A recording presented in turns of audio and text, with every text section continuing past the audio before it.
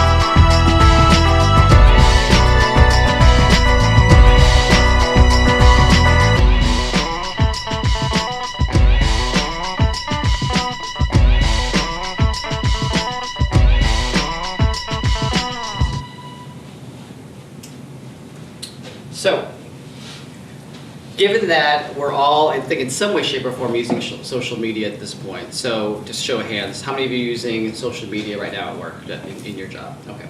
So obviously, this has already permeated our workplace, and this notion of that is just a personal tool where I connect with Aunt Betty and Uncle Rob on their latest Pinterest or whatever interest they're in. Certainly is a little old to think about at this point. That's scary. Only like 2-3 years ago, people were still thinking that. And so today, and we look at the approach that we should take here at Bridgewater State specifically. Now, every college is going to have its own approach. At Bridgewater, we're still in the early stages, if you can believe that. I mean, certainly with Michelle's role in University News, taking over the university's social media accounts, we're just starting to scratch the surfaces of what we could do with social media with our students and with our community. And so, as I've spoken to many different offices this fall, including the graduate school and others, AAC downstairs, this is the core of the message that I've been sharing with many people. I'm going to continue sharing it because it really simplifies what you should be doing when you're looking at social media for your offices and we're trying to connect with students or whoever that is. So we're going to break it down for you today and make sure that you understand sort of the approach, and we'll give you some tips as well as some examples so that you can see. All right. When we first talk about the audience that you're talking, that's sort of step one, okay? So as you look at your use of social media, think about your process, how you decided to use it, how your office decided to use it, and see where it's congruent and where it's sort of not aligned, and then we can talk a little further. But the first thing you have to consider is who is in that target audience you're looking to connect with. And it may be different. It may be more than one audience that you're looking at. So consider for a minute, are they students? Is it faculty? Is it administrators? Are you looking at parents? Are you looking at the alumni? Or maybe just the general community as well. If you have multiple audiences you're looking at, you're going to look at multiple marketing approaches. It's not a one-size-fits-all. We often just do that. Let's just do one thing. Let's hope it's a catch-all for everybody. When in fact, that's the worst thing you can do for your marketing efforts because you're going to turn people off at that point. All right.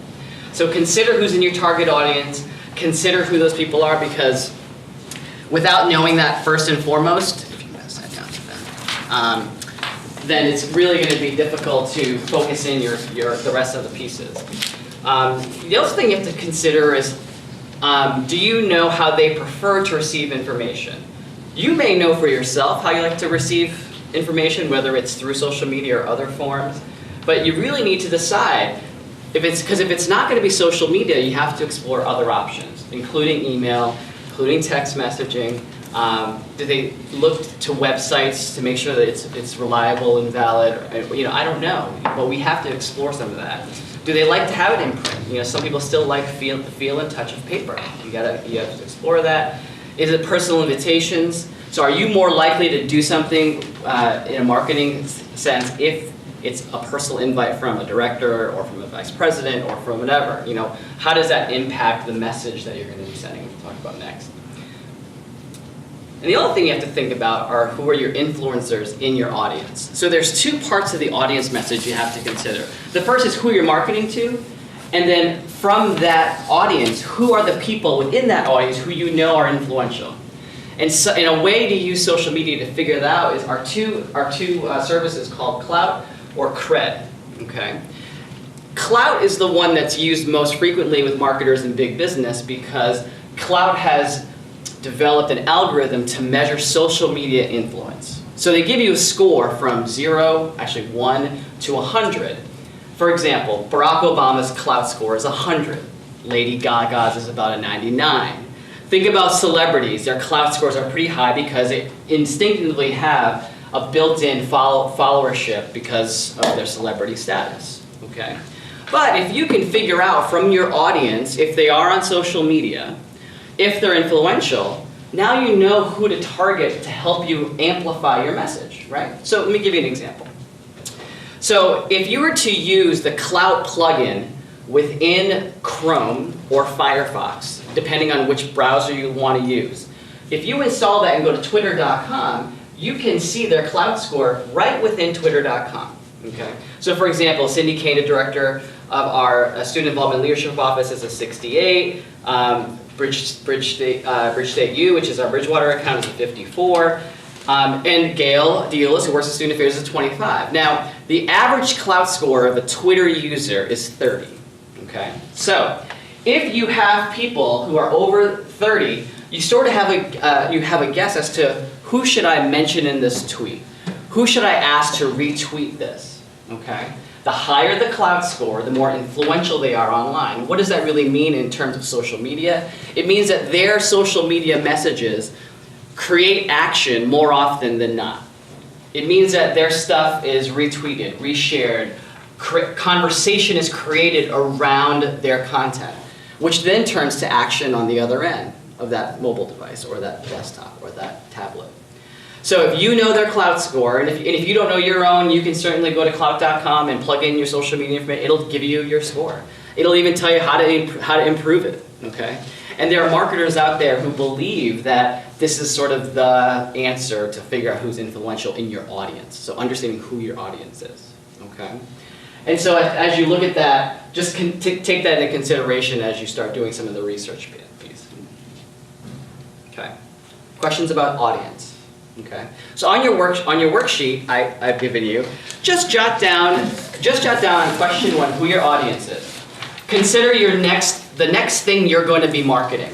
Consider the next approach that you are, or the next product or service that that you're going to have to take care of. Who's your target audience or audiences? Just write that down. I'm going to explore who those people are that's influential in that space. I want to move on next to, let's talk about the message, okay? And so when you think about the message, really it's a simple process of identifying what your intended goal is and saying it as simple as possible and understanding what the audience reaction is going to be to it, all right? If you don't know those 3 things, if you don't know how to do those 3 things, let me give you a quick example. So, one of our intended goals for Campus Movie Fest every year with our students, the Campus Movie Fest is the world's largest student film festival. We've done it for 6 years. This is our 7th year starting this year. So our intended goal this year is to sign up 50 student teams. We want our message to inspire those who see it to want to sign up to join Campus Movie Fest this year and make a student film. Okay. How do we get the intended audience to react to this? Well, our simple message is, who will represent Hollywood? Who will represent Bridgewater State University in Hollywood this year? Simple, right? And when the students read that, they say, wait, Hollywood? What? You know, they'll start thinking about that. And then really, keeping it simple means that if I know who my audience is and the message is that, how will they receive it? Well, we're looking at students who make film, who move out video. So of course, our message is going to be through video. So as an example, I'll show you an example later. But in terms of that message, it's important to consider who those people are. Again, looking at your audience and making sure that your message matches the audience that you're looking at. Oftentimes, we think about the message first, and then we think about the audience. It should be the audience first, then the message. Okay, and it may be multiple messages based on multiple audiences. So if I was trying to get faculty to encourage students to sign up for Campus Movie Fest, it would be a little different, right? I would share with faculty, here's what they're going to learn by being a part of Campus Movie Fest. Please encourage your students to sign up, okay? If I'm looking at alumni or other administrators, it might be a different message as well. So that's why it's important to consider who your audiences are and shift your messages to match those audiences. And again, not the one-size-fits-all. Could it work doing we're going to represent BSU in Hollywood? Yeah, it could for all audiences. But you want to really make sure you've tailored those messages properly. Okay, so on your worksheets, same thing. Think about what your intended message is, how you're going to keep it simple, and just jot a few notes down. I'm not asking you to figure it out today, but it's just going through the exercise of doing this that really will help shape some of this. Questions about the message in social media. And the thing that's difficult and challenging about social media is that it has to be short and sweet, you know, for a lot of it. Because if you get too verbose in social media, you're going to lose your audience. Okay, that's why video works so well, because you don't have to say a lot, you can just watch. Blog posts are great, but they can get verbose as well. So again, understanding that core audience is going to really guide you to how you're going to deliver that message.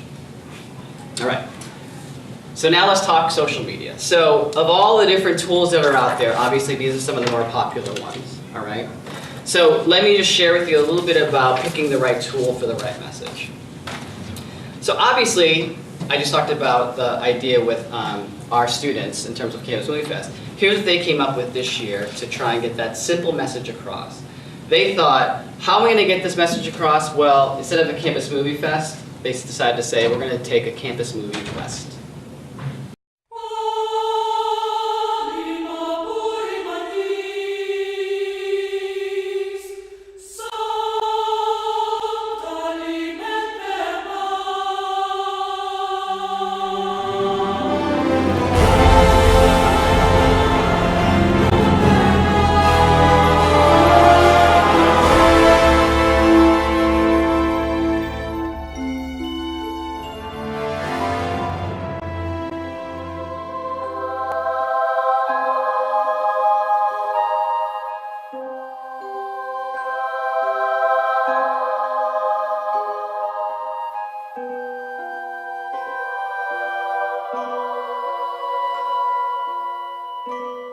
Greetings, young traveler.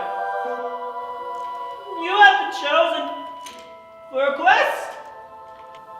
What?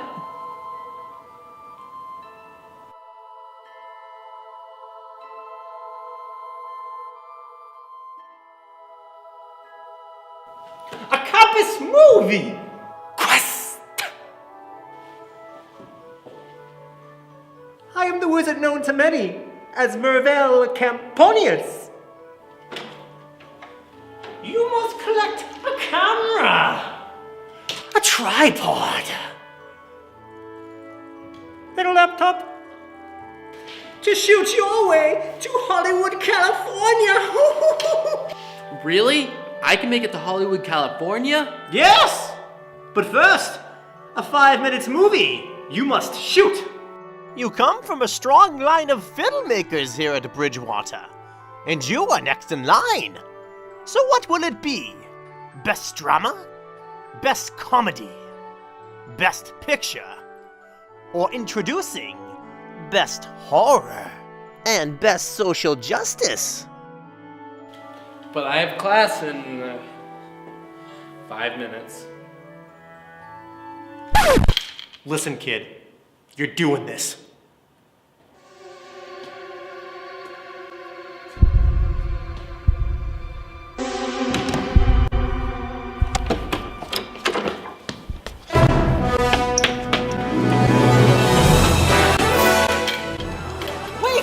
It's Campus Movie Fest, not Quest!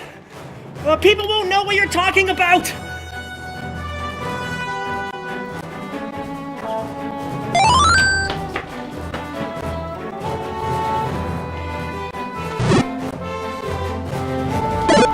Okay, I'm recording now.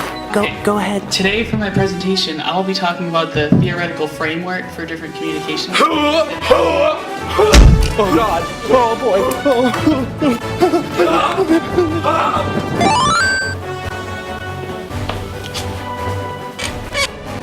Yeah.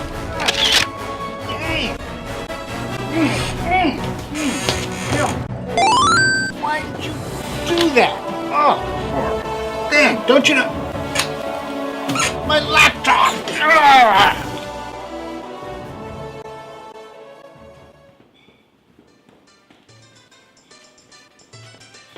Yeah.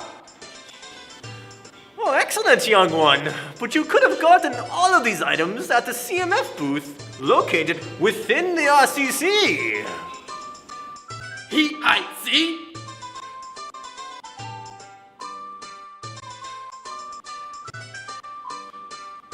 Yes! But you have 1 week to film your masterpiece. You haven't a moment to spare. Die, you fool!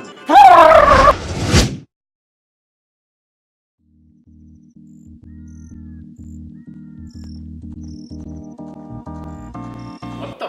Hey, watch out! Hey,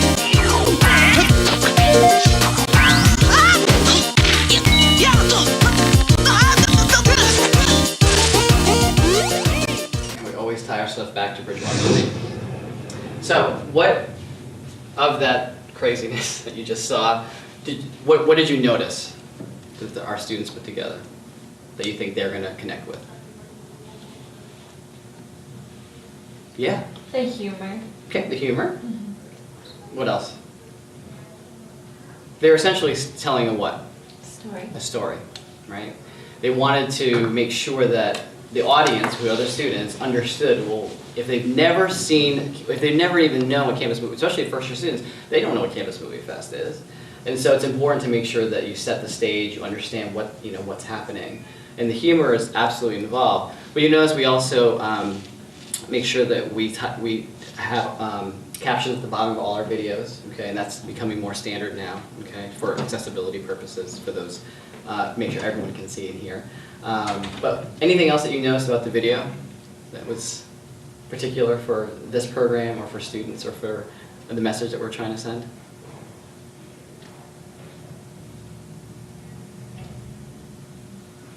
It's indicating that it's really quite simple to be involved. It is quite simple, But it's absolutely. not a difficult task to be able to do. Nope, not difficult at all. It's time intensive, right? Yeah. And just the way that they speak though too, Mhm. adding on to that is simple, like it's not anything really elaborate, it's pretty simple conversation that you'd hear any student using, which is very important. Right, absolutely. And we included every part of the community. Okay, so you saw a faculty member in there, it's Jim Moore from communication. We had students. We included the campus center as a. So when you tell your story, regardless, of your audience and message, you have to make sure that Bridgewater is represented in there. I think it's easy to take stock images from some place or to create something that doesn't even have a Bridgewater mention at all. But it's important to always tie Bridgewater into your message. Because if someone were to just watch that independent of, and discover it in our YouTube channel, independent of knowing it was a Bridgewater State, they would know by the end that it is a Bridgewater State University product. Okay?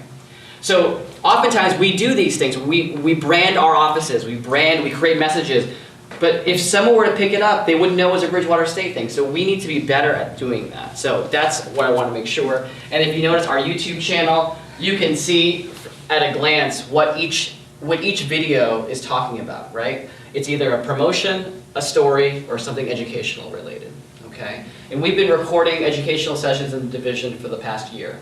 And so if you were to interested in looking at assessment or today's social media, that's the whole week of social media events, it'll be up on our YouTube channel within a week or two.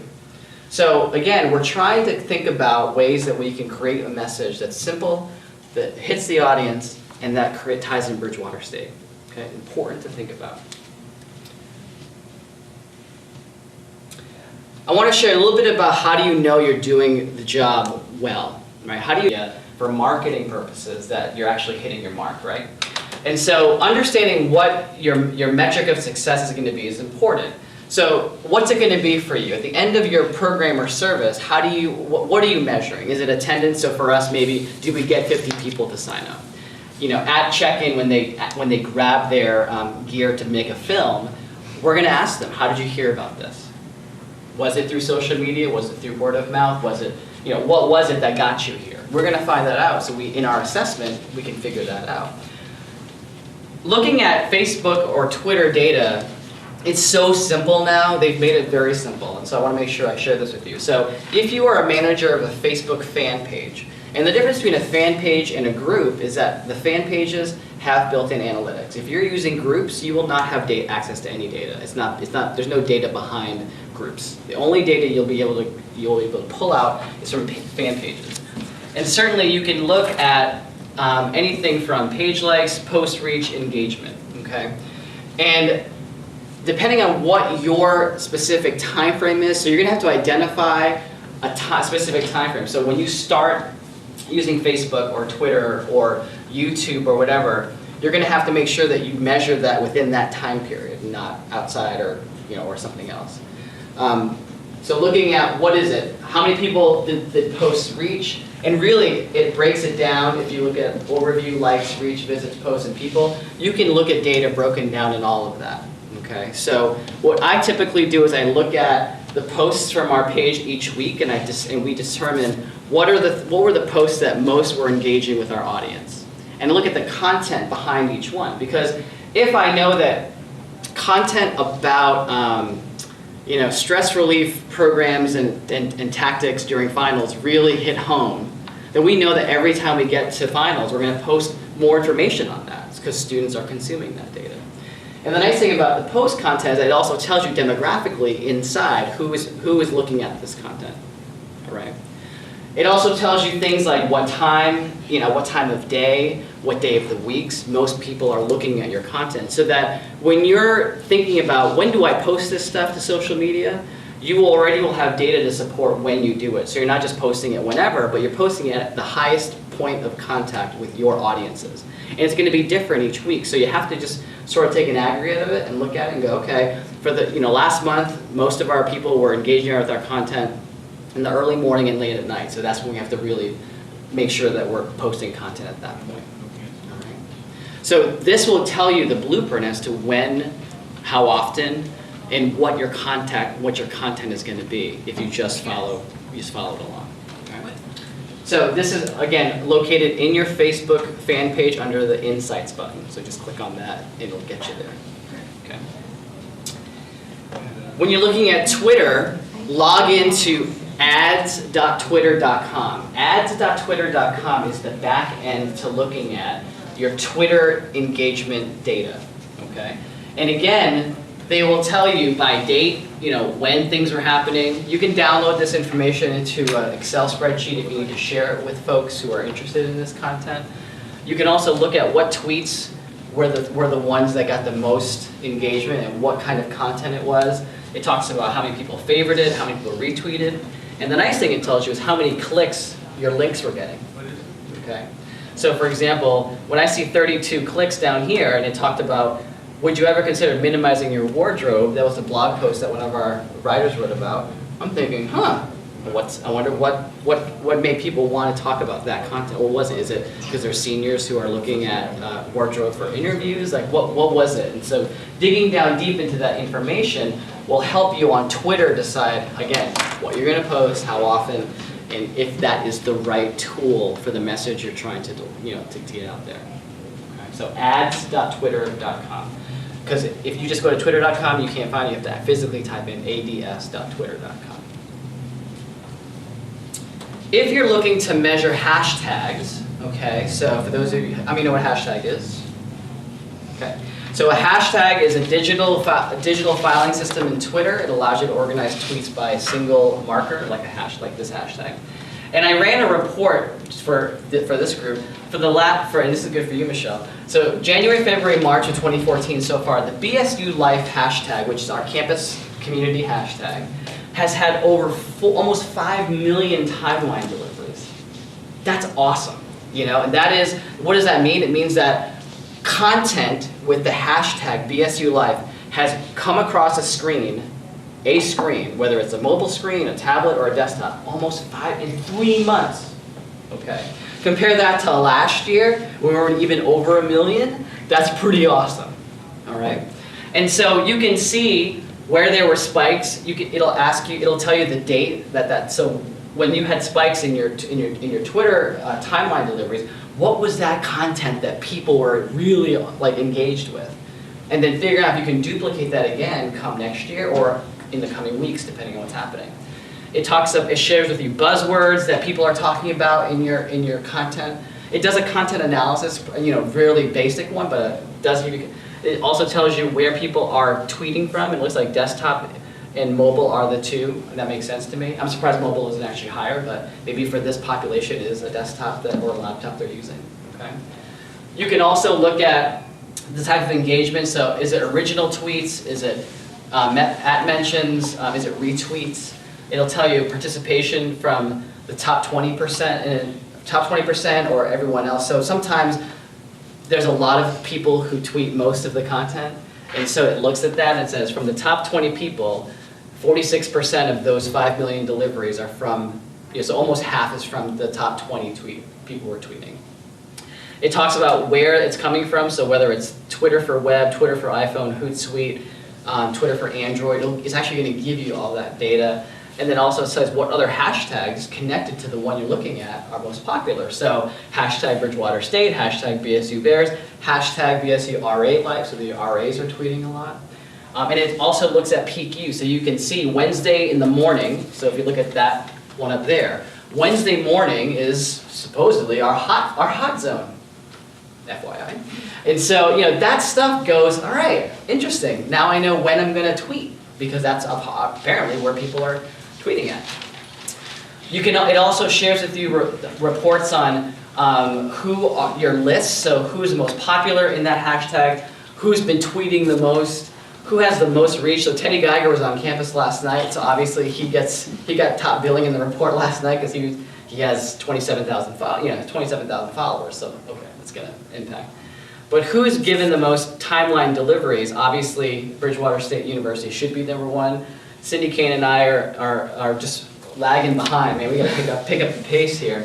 But this is great content because if you look in a hashtag, if students show up in your list, now you know who to reach out to say, we noticed that you're a top tweeter. Come on board and help us out do more stuff, right? Mm-hmm. It also talks about, again, how many contributors to the hashtag. So there's 936 unique Twitter users using the BSU Life hashtag. I'd love to get that number up because that means more people are on Twitter and talking about things related to Bridgewater State University. And you can also sort those contributors by the number of tweets, sort them by their reach, and how many deliveries of the to timelines that they've done. And that really is a great metric because it tells you, based on the content they're sharing, who's actually looking at it and who's actually reading it, which is good. And you can also look at transcripts as well. So it also generates a transcript of a hashtag. These are great so when faculty look at ways to use Twitter in the classroom, I always show this is called hash tracking, by the way, if you're interested in the service, because then they can create transcripts of Twitter conversations from classes and really you can do a deep dive into the analytics of content analysis. What are my students tweeting about? Is it about class or is it about, is it about assignments and whatnot? But for marketing purposes, this will give you a blueprint as to who are the people that you really want to be engaging with. If you don't know, there is a social media handbook that's out there for folks just starting out using social media, so I would recommend that you download this. This is a Google Doc. It's constantly changing. The link is bit.ly/BSUSM guide, so it should be fairly easy to remember. And I like to make sure that we are promoting this because still people don't really know about it, so I'm sharing that with you today. You have to consider, as you think about using social media for your marketing purposes, that there's going to be two pieces of help you're going to need. The first is graphic design. And our Campus Center design team has been great, and they're swamped right now with all the things that people are asking for. But certainly they are some of our best students from the art department, from the communication department. Not only are we helping them build their portfolio, but they're filling a service for us. So it's definitely a co-curricular activity that we're engaging them in. And so if you need help with graphic design, like the Venn diagram that you have in front of you is an RCC design, okay? All of our flyers and posters are created by the students, okay? And that's how it should be. Our students should be the ones really engaging in this.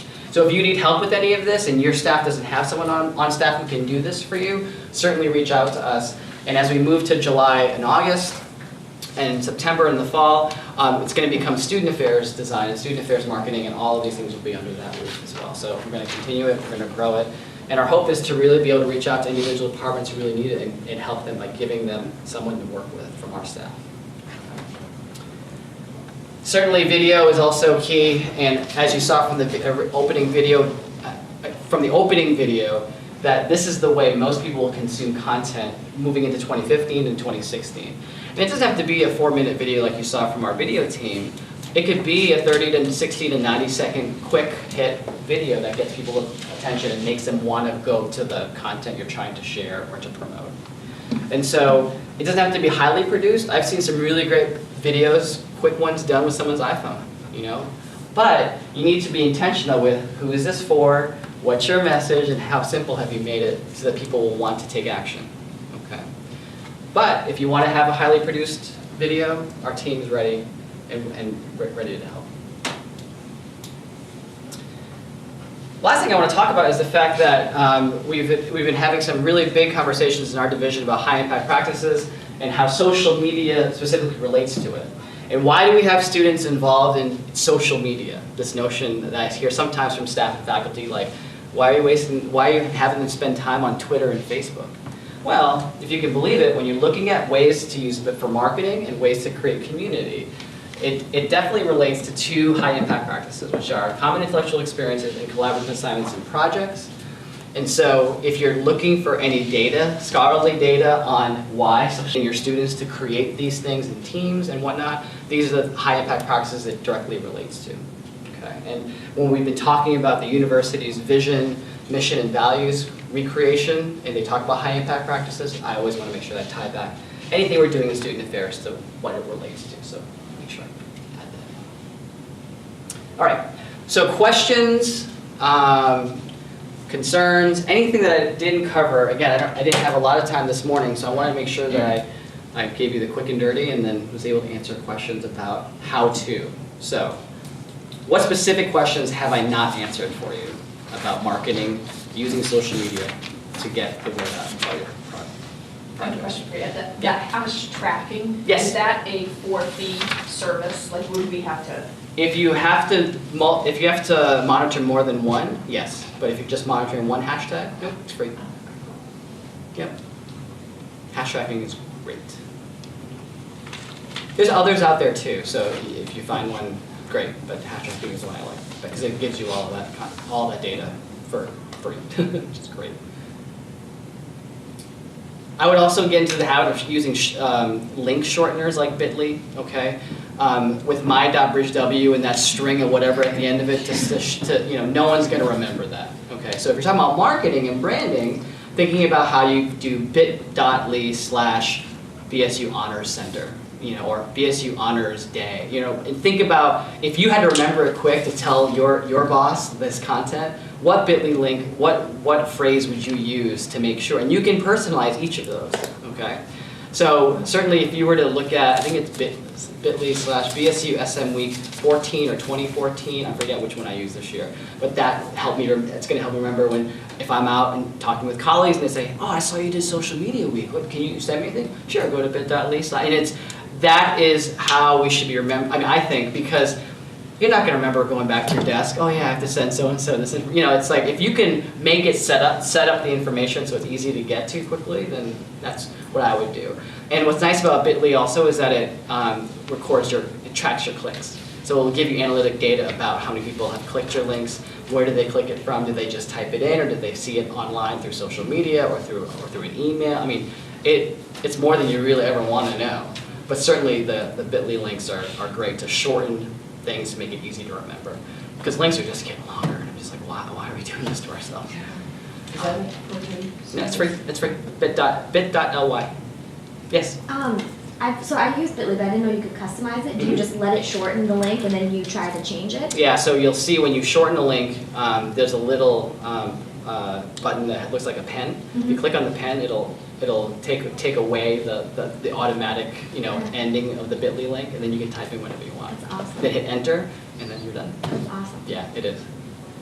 Another benefit of social media for marketing for Bridgewater specifically is that since we've moved to the extranet and intranet format of our website, it's very difficult to find information as an outsider to things that we're doing at the institution now. And so it's no coincidence that our blog traffic spiked significantly last fall when prospective students were searching for information, and parents, I'm sure, about Bridgewater State. And what came up? All of our students' content on the blog about whatever they were searching on. Okay? And so in an effort to continue to share your story, your department story about what you're doing all of you are doing great work, I'm sure, in your respective areas. It's hard to find, though, in our university structure. So social media is a way to share some of those best stories so that it's still getting out there in some way, shape, or form. Okay? And so I would say that, if for nothing else, social media is a great place to make sure that your voice is being heard in a time where, let's face it, it is difficult to find information on our externally facing site. Yes? Do you think that's a common trend in higher ed where they're splitting? I don't think so. I think it's a philosophy that or institutions will take on depending on what they want their brand to be. And if you look at our external facing site, it's beautiful. It has a lot of great content. It's well designed. It looks great on mobile. But again, if you're looking, when you do a search, it's very difficult to find things. And functionality over design, for me, is not, I want function over design. You can make something look beautiful after you've made it work and after it's easy to use. I've shared this with folks, across the institutions. I don't mind sharing this on camera because it's true. I mean, there are pockets of this place that certainly are frustrated and would like to see it change a little bit. But I think overall in higher ed, there's more people using our old website where it's open for everyone design than the split. So I think internal communication and collaboration was the purpose of creating the intranet, the my.bridgew area, so that faculty, staff, students could collaborate on things together more without the outside world seeing it, which makes sense.